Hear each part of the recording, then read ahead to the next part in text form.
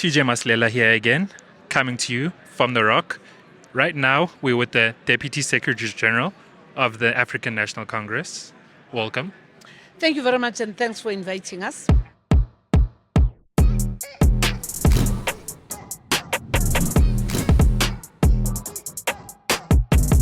Can you walk us through your guys' expectation versus the performance? Well, like any other political party that is contesting elections, you go into an election with an intention to win decisively. We worked for that. We've done everything based on the work that we've delivered over the past 30 years, as well as also the review of the past 30 years, and hence we have these 6 priorities in our manifesto. We developed this manifesto together with the people of South Africa because it was not just the ANC that dealt with it. We are happy with that. We then participated in the voting processes, starting with the special votes. We are quite happy with how the ANC targeted a number of people to vote and be special voters. We now are at the results center. It has not been an easy campaign. We have been one of those parties that other people gave us a target of 36%. We are now beyond 36%. And being beyond 36%, we also believe that there is a lot that we have to do in ensuring that whatever the outcomes, we must work for the stability of our country.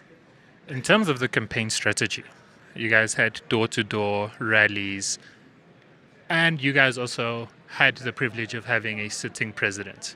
What was the role of the president and all the rallies in the campaign? You know what has been quite interesting with 7 national and provincial elections that we have been involved in, is that this time we were conscious that we want to run our elections at the voting district level, that we want to be in the voting district, not only in the ward or in a community. And through that, the president had to lead that process. He participated in the different programs. He crisscrossed the country. In a day, the president would reach almost 30 houses talking to people, address 10 to 15 community meetings in a day.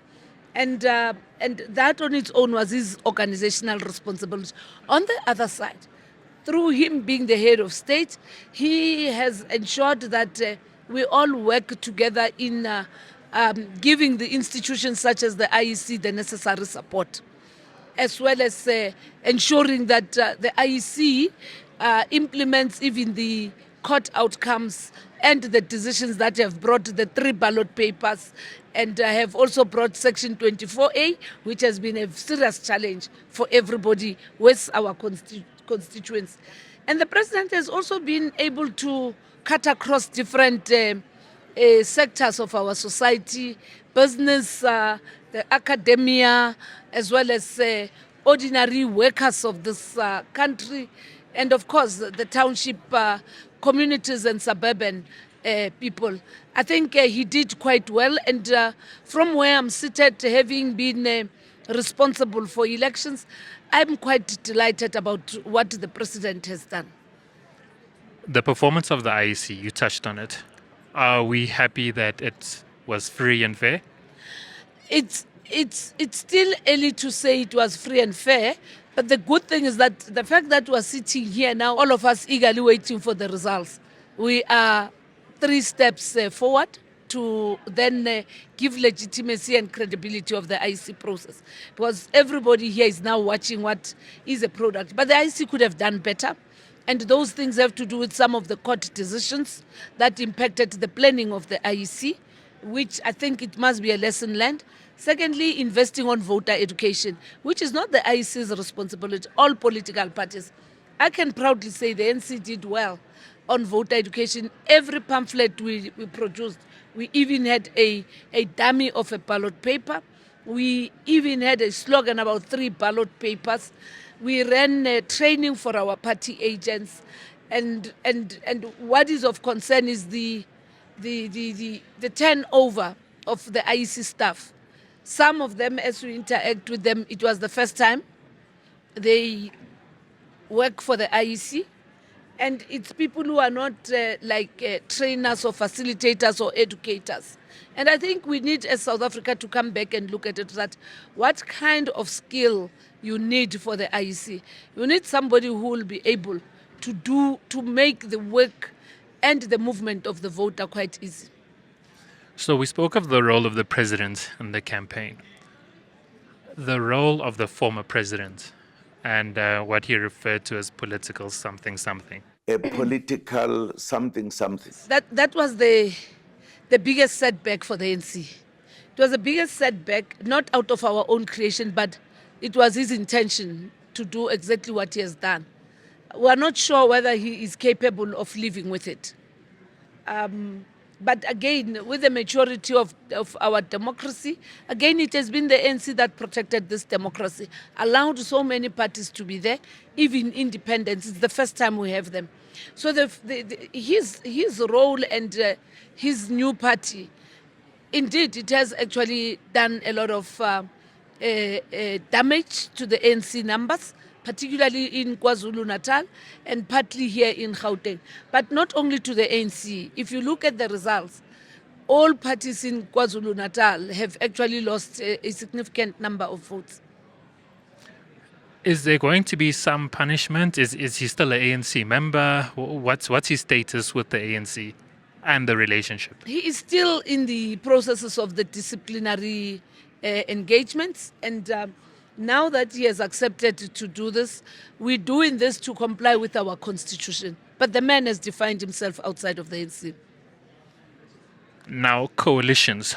Would ANC work with MK, EFF, DA? Where's the ANC sitting? Well, as you know, the ANC is one organization that has promoted unity in diversity. From the inception of a new democratic dispensation, it is the ANC that embraced a government of national unity. You would also remember that even when the ANC had a two-thirds majority, it embraced the IFP and brought the late Prince Mangosuthu Buthelezi into the executive. It is the ANC that brought Ms. Patricia de Lille now, when we didn't have to, into the executive, because we always want to demonstrate that those who are willing to work with the ANC and agree on certain principles, who are ready to work with them. And even in this instance, the good thing is that we have an advantage because we enjoy the biggest number of votes, and we hope everybody will have to respect that. In the midst of the realities globally of coalition politics, with us it's not only coalitions, it's about cooperation and collaboration and issue-based relationships that we need to look at. What compromises would the ANC be willing to make? Would they be willing to change the president, give a finance minister? We are not prepared to make any compromise that is not principled. Any compromise we make, it will be a compromise that accommodates us to move South Africa forward and not for expediency.